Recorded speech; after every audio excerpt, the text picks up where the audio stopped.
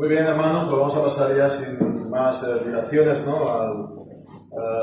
al estudio de la tarde, puesto que también pues, el calor aprieta y de esta manera pues, nos podemos centrar en la palabra con más facilidad. Estamos entonces en la pregunta 191 del Catecismo Mayor. Estamos con el estudio de la oración del Señor. Lo vamos a tomar pues, el tiempo que sea necesario.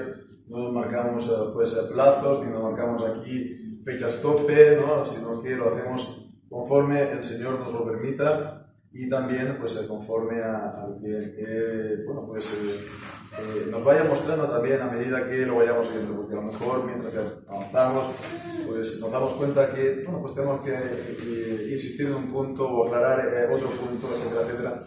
Y es lo que creo que vamos lo que va a ocurrir en las próximas semanas.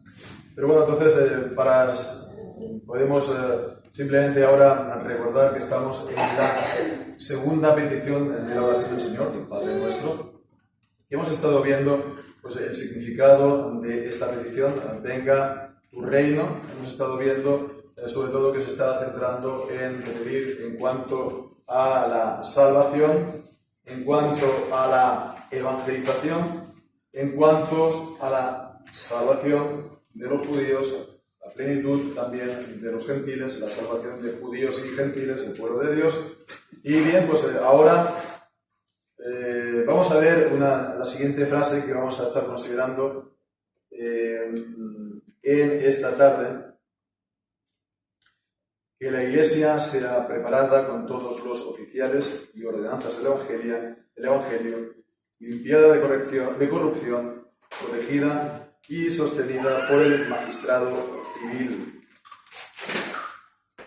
Y vamos a estar, como decíamos, no vamos a estar viendo estas tres, digamos, cláusulas, ¿no? Uno, dice que la Iglesia sea preparada con todos los oficiales y ordenanzas del Evangelio. Dos, limpiada de corrupción. Y tres, protegida y sostenida por el magistrado civil. Vamos a estar considerando sobre todo las dos primeras cláusulas, ¿no? Preparada con todos los oficiales y ordenanzas del Evangelio, y dos, limpiada de corrupción. Y bueno, pues entonces podríamos decir que nos está diciendo estas tres juntas, porque estas tres juntas forman una unidad, una idea común, ¿no? Podemos decirlo que así, que estamos pidiendo por el bienestar de la Iglesia y por la reforma de la Iglesia. El bienestar de la Iglesia y la reforma de la Iglesia. Reforma de la Iglesia, o podríamos también utilizar la palabra restauración de la Iglesia. La restauración de la Iglesia. Y alguien podría tal vez decir, pues, por ejemplo, has estado toda la vida hablando de la reforma de la Iglesia, ahora últimamente pues oímos acerca de la restauración de la Iglesia. Reforma, restauración, no es exactamente igual. ¿Qué pasa aquí? ¿Hay algún cambio? ¿Hay algún cambio, digamos, doctrinal? ¿Qué significa esto? Bueno, pues decir que reforma y restauración no, viene a ser lo mismo. En la práctica no nos estamos refiriendo a dos cosas distintas. Tal vez en el empleo de una palabra o de otra haya un pequeño matiz. Una reforma, evidentemente, se le vuelve a dar una forma, ¿no? a algo, una forma existente, ¿no? Preexistente, por eso es reforma, tal vez, pero bueno, esa reforma no se puede equivocar, ¿no? Puede haber pues distintas reformas, o la reforma en distintas direcciones, en distintos sentidos, ¿no? Estábamos hablando este mediodía, ¿no? Acerca de este dicho, ¿no? De la reforma, de la Iglesia reformada, siempre reformándose, que no es un dicho de la reforma propiamente dicho, pero bueno, entonces es la necesidad de la reforma continua, ¿no? Entonces, bueno, ya digo, por supuesto reforma, pero la restauración tal vez es la idea de volver a la forma verdadera de la Iglesia, a la forma propia de la Iglesia, que la encontramos en las Sagradas Escrituras, pero que también ha sido escalado en la Iglesia. Eso no significa que a lo mejor se haya dado de una manera cronológica, ¿no? De una manera continua en la Iglesia, sino que se haya podido dar en distintos momentos de la de la historia, tal como enseña también la Confesión de Fe de Westminster, ¿no? Que no hay iglesia bajo el cielo que sea perfecta o que no esté afectada pues, en distintos grados por corrupción. No hay iglesia pura, no hay iglesia perfecta. Entonces por eso, mirando en distintos momentos de la historia, podemos encontrar pues, esta forma, ¿no? Que es propia de la iglesia, que la encontramos en las Sagradas Escrituras, pero también a lo largo de la historia. No sé si me explico lo que quiere decir la idea. Bueno, pues entonces vamos a ver estas dos primeros. Decimos del bienestar de la Iglesia y la reforma de la Iglesia. La primera explicación sería el bienestar de la Iglesia y la segunda explicación, limpiada, purgada de toda corrupción, sería la reforma de la Iglesia. Y vemos entonces los textos de la primera, ¿no? Dice Mateo capítulo 9 y versículo 28, no 28, 38, perdón. Mateo 9, 38.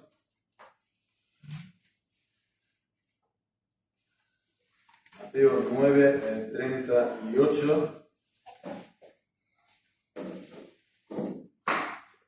Rogad pues al Señor de la mies que envíe obreros a la mies. Entonces vemos también en el contexto de la oración, ¿no? Venga tu reino, pues entonces orar al Señor que envíe obreros a su mies formaría parte, digamos, estaría incluido de esta petición, venga a tu reino, como también dice en la segunda de Tesalonicenses, capítulo 3 y versículo 1. Segunda de Tesalonicenses 3, 1. Por lo demás, hermanos, orad por nosotros, para que la palabra del Señor corra y sea glorificada, así como lo fue entre vosotros. La predicación, por lo tanto, de la palabra, la predicación del Evangelio, que se está entonces pidiendo, venga a tu reino, en el sentido de que esté preparada con todos los oficiales y ordenanzas del Evangelio, pues está hablando primeramente de los obreros, de los ministros de la palabra y de los sacramentos que han de pues, traer una enseñanza y una predicación oficial, ¿no? A la Iglesia y a los cristianos, que son los que tienen que también pues, instruir pues, a los convertidos, etcétera, etcétera, con vistas a recibir el bautismo o ser admitidos en la congregación. Entonces vemos el ministerio de la palabra, pero no solamente el ministerio de la palabra, porque en la iglesia local, en la iglesia visible, pues hay más oficios, más ministerios. Vemos en el Nuevo Testamento que hay una lista mayor de dones, y bueno, en los tiempos de los apóstoles pues había dones que eran propios de ese tiempo, los dones, digamos, extraordinarios, los dones de profecía, los dones de lengua, los dones de sanidad, etcétera, etcétera. Pero vemos que al final se ha quedado como dones, se podría decir, perpetuos para la Iglesia, tres dones o tres ministerios. El ministerio triple decíamos, pastor, ministro de la palabra, ¿no? Obispo. Por otra parte, el ministerio, el oficio de anciano, de presbítero, porque presbítero realmente es anciano, y entonces finalmente diácono. Nosotros en nuestras iglesias reformadas, menos en las evangélicas, pero bueno, reformadas, utilizamos normalmente la terminología pastor, anciano y diácono. Pero bueno, se podría utilizar también la terminología obispo, presbítero y diácono. Vemos que estas tres palabras no son traducidas. Obispo es transliterado del griego, tomado del griego directamente, como también presbítero, anciano, ¿no? Como también diácono, que es el servidor. Y bueno, pues esta terminología, obispo, presbítero y diácono, pues aquí tiene un sabor un poquito más, como comillas, católico. No estoy hablando de romano, pero católico, ¿no? obispo, presbítero y diácono. Bueno, pues entonces no utilizamos nosotros esta terminología normalmente, pero es lo mismo, pastor, anciano y diácono. Y esto en nuestras iglesias reformadas, con lo cual vemos las iglesias reformadas. Estamos hablando específicamente de las iglesias reformadas. Ya sabemos que hoy en día hay muchas iglesias reformadas en el mundo bautista, etcétera, etcétera, pero las iglesias verdaderamente reformadas están en la línea de lo católico, la línea de la catolicidad de la iglesia.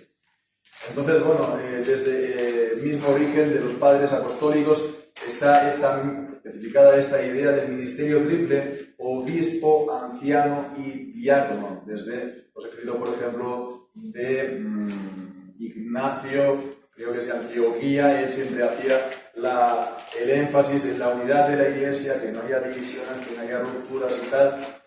¿Cómo? Pues los tres oficios, los tres ministros de ministerios de obispo, presbítero y diácono.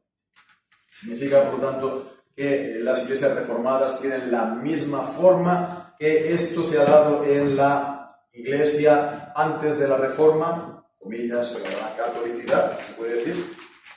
Bueno, hay distintos matices, ¿no? En cuanto a la definición del presbítero, ¿no? En la iglesia reformada es más bien centrado al ministerio del gobierno de la iglesia, aunque también pues, puede dar palabra de exhortación, de enseñanza, aún teniendo en cuenta que no es ese su ministerio propio, ¿no? Ese sería el de presbítero, sobre todo anciano, gobernante, y que realmente la idea de anciano gobernante está ausente por ejemplo, en el romano o en otras también tradiciones incluso protestantes. Después, sobre todo, la cuestión del obispo. La cuestión del obispo, ya decimos, no es que en las iglesias reformadas no haya obispo. La cuestión es dónde pones el obispo. Si en el catolicismo o en las iglesias episcopales se pone al obispo por encima de las iglesias locales, o se pone al obispo, entre comillas, ¿no? Al ministerio del obispo, al ministerio pastoral, ¿no? Podemos decir, en el marco de una congregación, de una iglesia local. Entonces, no es que nosotros estemos mancos o cojos en cuanto, como iglesia reformada, a estos oficios, ¿no? La reforma ha sido una reforma, por lo tanto, del catolicismo, se puede decir en este sentido. Y bueno, se puede decir que está completa en este sentido. No se puede decir así, por ejemplo, de las iglesias o comunidades bautistas, incluso de aquellas que se consideran reformadas, porque normalmente ellos no tienen tres ministerios, no tienen tres oficios. Tienen el oficio del pastor, pastor igual a anciano, anciano igual a pastor, no tienen entonces la idea de anciano gobernante, en realidad. Y después tienen diácono. Pastor o anciano, pero no anciano gobernante. No en realidad no tiene la idea de presbítero. Y después entonces el diácono. Entonces, ¿no? Se puede decir que en este sentido, pues la iglesia reformada pues está, se puede decir, plena, ¿no? Después se puede entrar a estar hablando en lo uno, lo otro, etcétera, etcétera, ¿no? Como hemos dicho, las distintas definiciones de estos ministerios, pero se puede decir que sí, está bien. Entonces vemos, esto es, decíamos, para el bienestar de la iglesia. Es el bienestar de la iglesia. El bienestar de la iglesia es cuando la iglesia está completa en cuanto a sus oficios y a sus ordenanzas también. Cuando no solamente está el pastor, por ejemplo, o el obispo, en una congregación, o está todo, pero le falta el pastor, ¿no? Una iglesia sin pastor. Está habiendo un problema, ¿no? Una iglesia esté sin pastor.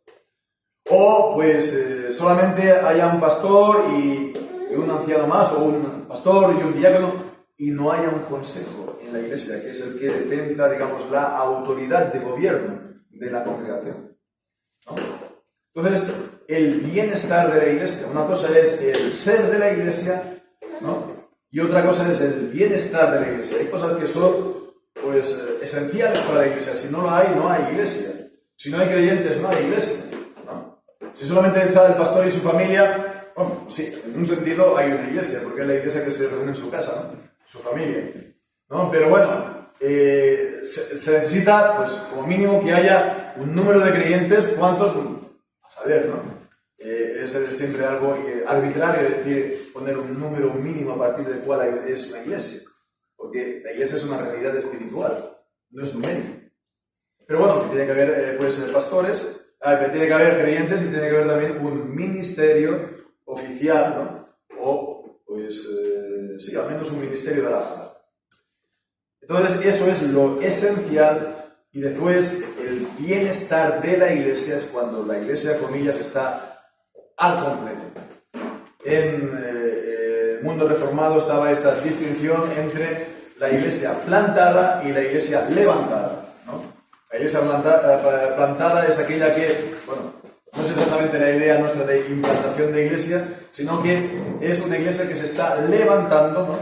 Es una iglesia que está en el proceso de completar toda su membresía, completar sobre todo todos sus oficiales y todos sus ministerios. Y la iglesia levantada es aquella que está, comillas, completa y ya funciona, comillas, por sí misma, que tampoco por sí misma, porque la iglesia en el gobierno presbiteriano o la iglesia en el gobierno reformado, aunque también haya distintos matices entre la iglesia reformada continental y la anglosajona o llamada también presbiteriana, pero es igualmente reformada, ¿no?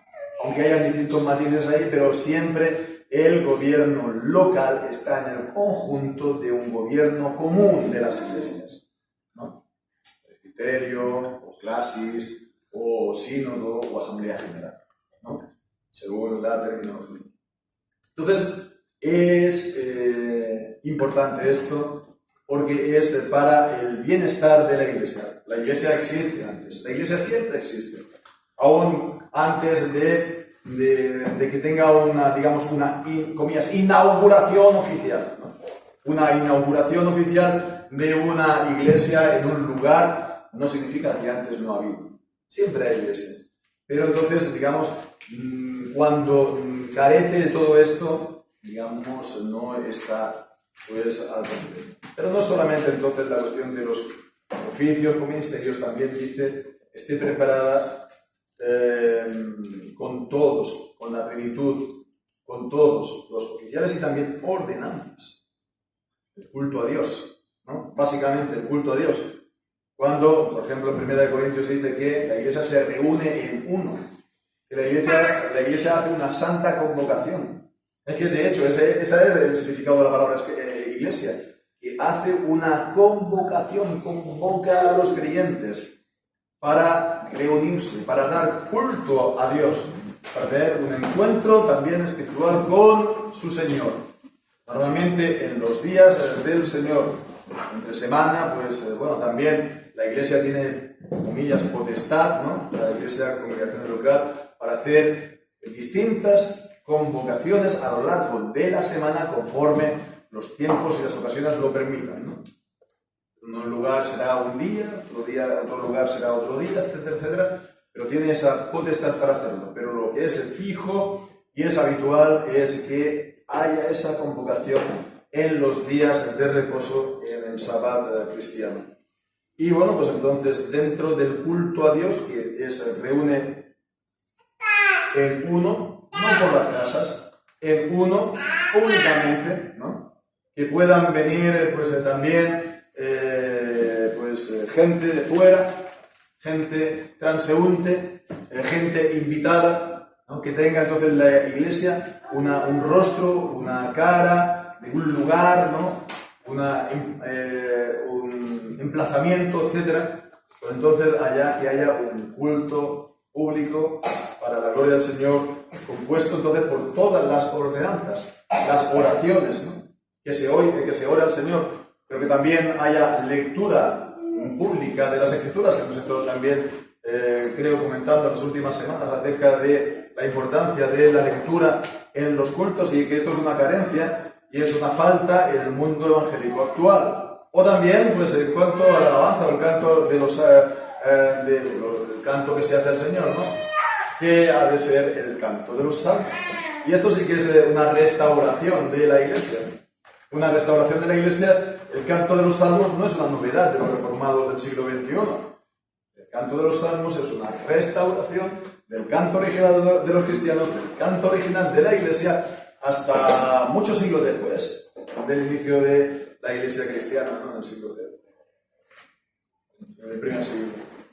El canto de los salmos, la lectura de la palabra, la predicación de la palabra, la enseñanza de la misma, ¿no? Tenemos todas las cartas pastorales del apóstol Pablo a Timoteo, a Tito, primera, segunda Timoteo. ¿Cuántas exhortaciones hay ahí? Predica la palabra, lee las Escrituras, ¿no? Exhorta, corrígete, todo eso está hablando del ministerio de la palabra, la predicación, por lo tanto, y después también la celebración del sacramento.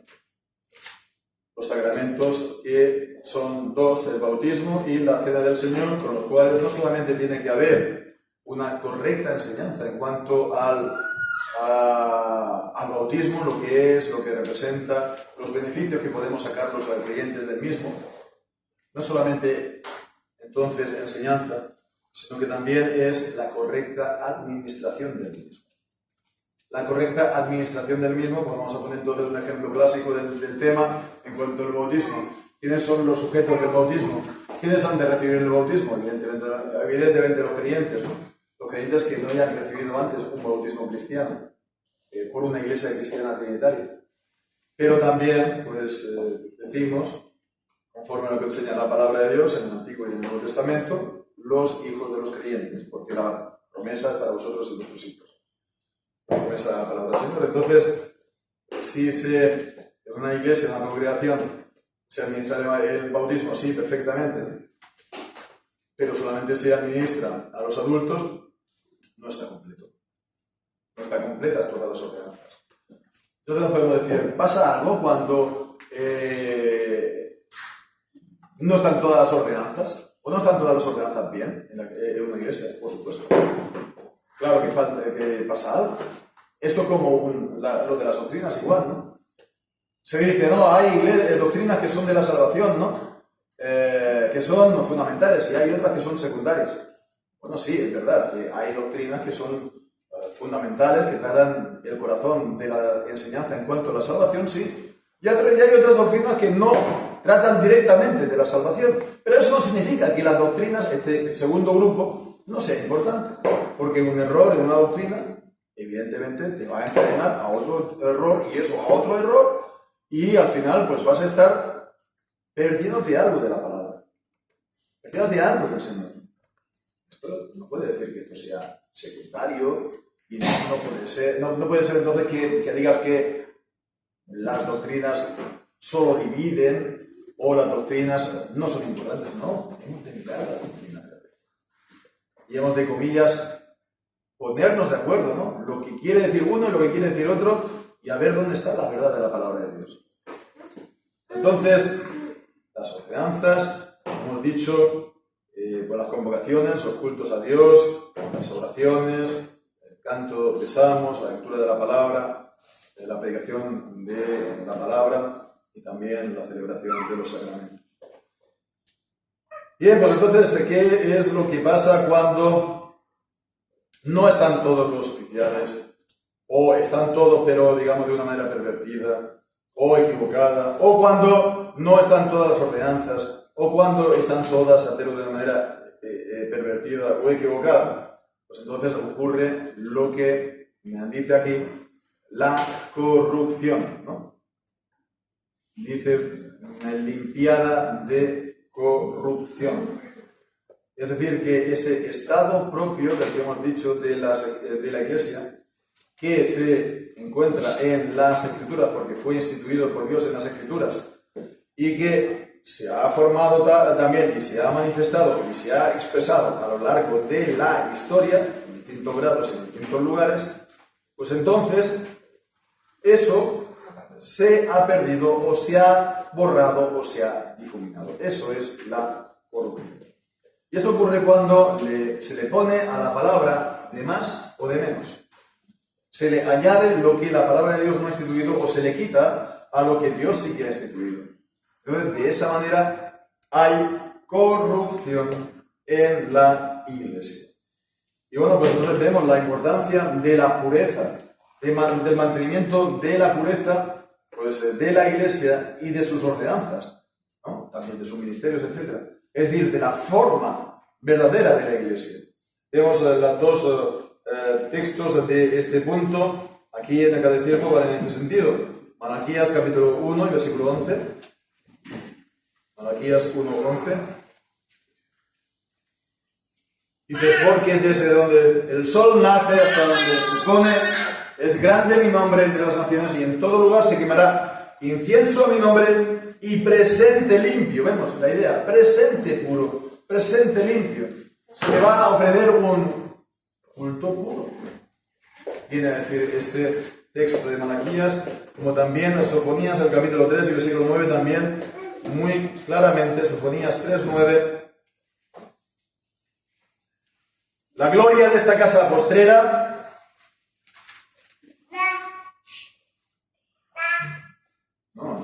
esto es afirme.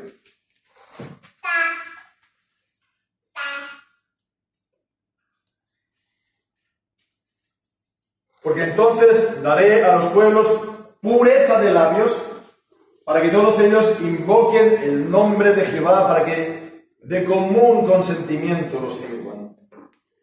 Entonces vemos, es el énfasis en la pureza, ¿no? En todo lugar se me ofrece incienso limpio, puro, daré limpieza de labios a las naciones para que me sirvan de común consentimiento, de común acuerdo. Entonces esta pureza del culto, esta pureza de la adoración al Señor, se da cuando están íntegras y completas las ordenanzas que Dios ha dado a su iglesia.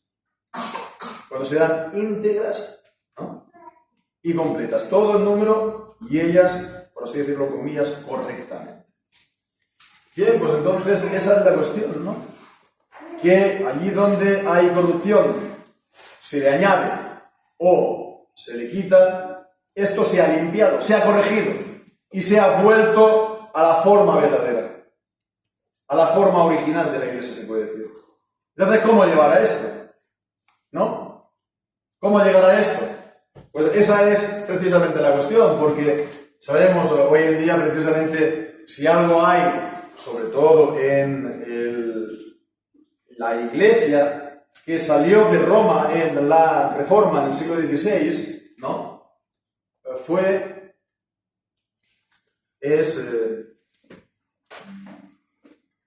Diversidad, se puede decir. Diferente. Y bueno, pues podemos decir que esto es una gran calamidad que nos descalifica como iglesia. Lo podemos decir, lo podemos preguntar. Es sin duda así como piensan los contrincantes, por así decirlo, papistas, ¿no? Católicos romanos, ¿no? Subrayando lo de romano. Romanistas. Como vosotros sois tantos y tan variados, no podéis ser la verdadera iglesia, ¿no? Pues al contrario. Esto precisamente confirma que somos la verdadera iglesia. ¿Por qué? Porque la reforma, ¿qué es? ¿Qué es la reforma? La reforma fue en su día una huida. Una huida con lo opuesto. ¿Verdad? Que si estabas en el campo no tenías que volver atrás a recoger los bártulos de tu casa, ¿no? Tenías que salir con lo opuesto, ¿no? Sin mirar atrás. Entonces, de la iglesia en el siglo XVI, antes de la Reforma, entonces de ella salieron, pues, el remanente del Señor. La verdadera iglesia era ese cuerpo mixto que era la cristiandad, que estaban los verdaderos hijos de Dios, el cuerpo de Jesucristo y el cuerpo del diablo. El cuerpo místico del Señor Jesucristo y el cuerpo místico del diablo. Uy, qué fuerte esa palabra, cuerpo místico del diablo. Pues señores, esta es la expresión de los padres de la iglesia, que decían, en la iglesia coexiste al mismo tiempo el cuerpo de Cristo y el cuerpo del diablo. ¿Por qué? Porque en la iglesia está también se va a dar la manifestación del hombre de pecado, del anticristo, ¿verdad? Entonces los seguidores del anticristo son este cuerpo del anticristo. Y los verdaderos hijos de Dios se han de salir entonces de su gobierno y de su potestad. Y sabemos entonces pues el dedo índice unánime de común acuerdo de la Reforma es señalar a Roma como la sede del anticristo, en la que se sienta el anticristo, ¿verdad? En la iglesia visible. Evidentemente estamos aquí hablando, no podemos ahora entrar en detalle de esto, aunque ya lo hemos estado pues comentando más de una vez, ¿no? Esto no se dio de la noche a la mañana en la iglesia. El obispo de Roma, pues hubo obispo de Roma desde Pablo y Pedro, ¿no? Pero que el obispo de Roma se convirtiera en el Papa de Roma y el Papa de Roma en el obispo universal de toda la iglesia, y que además este obispo universal se dedicase a perseguir a los santos siervos del Señor, eso no se hizo en un día, sino que eso se hizo progresivamente en el tiempo, con un periodo necesario también de justificación ideológica dentro de la iglesia. Una justificación ideológica, utilizando una terminología contemporánea, pero que todos comprendemos, ¿no? Fue necesaria una justificación ideológica en la iglesia para que viniera este señor y le digan todo el mundo, ah, pues tú sí, tú eres el que gobiernas sobre toda la iglesia y tú eres el que gobiernas sobre el emperador y sobre todos los reyes de la tierra. Tú eres Dios en la tierra y tú gobiernas y tu palabra es última y final y nadie te puede quitar, nadie te puede decir nada. Y eso es el Papa de Roma, el papado.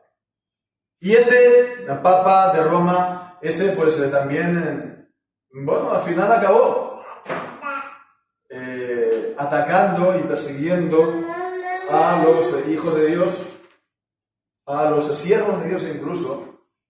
Pensamos entonces de una manera especial, hoy es el 6 de julio, ¿no? Festijo en checo, porque es la conmemoración de la quema en la hoguera de Juan Hus en el concilio de Constanza, que fue engañado literalmente para que asistiera ahí, que le habían dado un salvoconducto firmado por el emperador de aquel momento, Segismundo, para que nadie le iba a hacer nada. Él y fue ahí convencido de que iba a exponer sus razones y iba a volverse a su casa, y una vez ahí pues se avanzaron sobre él y a la carga lo quemaron por el interés especial que tenía el Papa de Roma. ¿Por qué? Porque Hus, entre otras cosas, estaba denunciando al Papa de Roma como el anticristo. El tiempo se había cumplido y él se había levantado en la iglesia. Entonces, como el hombre de pecado que reclama la adoración para sí. Entonces ya digo, esto no es una cosa de un día ni de dos, y esto es una cosa que requiere tiempo, algo así como 1000 años, ¿verdad? Antes de la manifestación del anticristo, según las escrituras es necesario también, pues 1000 años, ¿verdad? En los que el diablo es atado y después el desatado, etcétera, etcétera, que no podemos entrar en detalle, ¿no? Pero bueno, ya digo, esto es la trama, esto es el drama, ¿verdad?, histórico del cristianismo en nuestros días, con lo cual podemos decir, hoy en día, ¿qué estamos nosotros viviendo? Según las escrituras, Estamos viviendo todavía los días de la gran tribulación. No pensemos la gran tribulación como tal y como lo piensan los dispensacionalistas, ¿no? Agarran a los cristianos por las calles, los meten en campos de concentración, ¿no? En plan Auschwitz, etcétera, etcétera, ¿no? Es como casi todas las profecías en la Biblia se cumplen de una manera espiritual. Es un tiempo de tribulación para la iglesia, en el que pues, las islas fueron buscadas y no fueron halladas, y entonces al salir con lo opuesto, restos, ¿no? Como sacados de una hoguera, pues entonces, de un incendio, pues entonces es normal que no salió, digamos, la Iglesia Universal, ¿no? Sino fueron restos de la Iglesia Universal, iglesias locales y particulares aquí y allá, que en estos 500 años se han convertido después también en iglesias nacionales y denominaciones, etcétera, etcétera.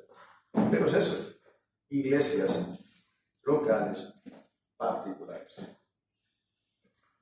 Entonces, todo esto es para decir que, por supuesto, no vamos a decir que esto nos complazca y nos satisfaga la diversidad. No vamos a decir que esto sea algo positivo, ¿no? O que es lo propio de la iglesia es que sea eso. No, por supuesto que no. No estamos diciendo eso. Estamos diciendo que esto es lo que lo explica y lo que lo justifica, y que prueba también que lo que ocurrió en el siglo XVI y lo que se ha mantenido hasta nuestros días, digamos, esto avala más que contradice nuestra iglesia, nuestra posición. Pero esto, entonces, pues digo, el capítulo pendiente, por lo tanto, es que estas iglesias que salieron en su día, pues, de común acuerdo, como hemos leído en Sofonías, sirvan al Señor. Y comillas, se pongan de acuerdo en cómo hacerlo, etc. Entonces, esto es lo que nos habla del, se puede decir, capítulo pendiente, ¿no? De algo que será tan grande cuando se dé en su día, que va a tener unas resonancias, vamos a decir ya hablando de manera un poco imprecisa, ¿no? Cósmicas, siderales, ¿no? Escatológicas.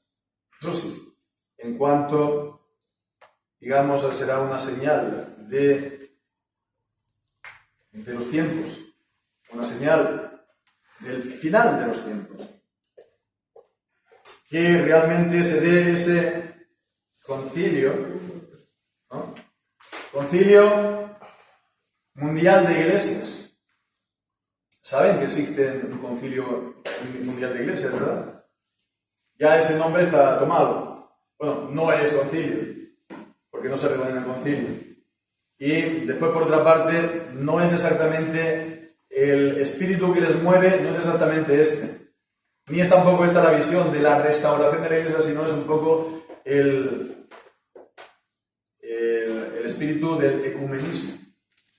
El espíritu de, poner a un lado, digamos, las diferencias para hacer una macro mega iglesia universal, ¿no? A pesar de, y por supuesto también Roma incluida. Eso no es de lo que estamos hablando, pero un verdadero concilio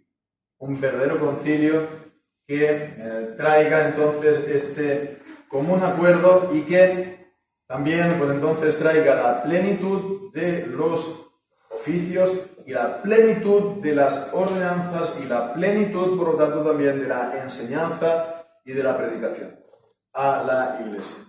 Y hemos de estar entonces orando al Señor por ello también, ¿no? Venga tu reino. Hemos de estar orando al Señor. Y bueno, para que eso sea así también, bueno, pues algo también tendrá que participar en alguna medida, en algún lugar, el magistrado civil, que era también lo que viene a continuación, protegida, sostenida por el magistrado civil. Pero bueno, esto ya digo, esto ya nos daría para hablar mucho más y es mejor dejarlo para la vez siguiente, no será la semana siguiente, ¿no?, sino ya dentro de 2 semanas, Dios mediante, que estaremos tratando, pues entonces, el papel que tiene el magistrado civil también en el reino de Dios y en relación con la Iglesia. Un tema apasionante, ¿verdad? Un tema que despierta pasiones, sin duda, sobre todo en contra, ¿no?, a lo largo de la historia.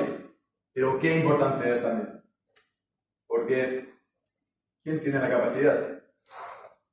¿Quién tiene la capacidad de convocar un concilio tal como el que hemos estado diciendo? ¿No? Pero bueno, todo esto lo veremos ya en su debido momento, Dios mediante, en el próximo encuentro, la próxima convocación de los domingos por la tarde. Por el que decía el Señor bendiga su santa palabra.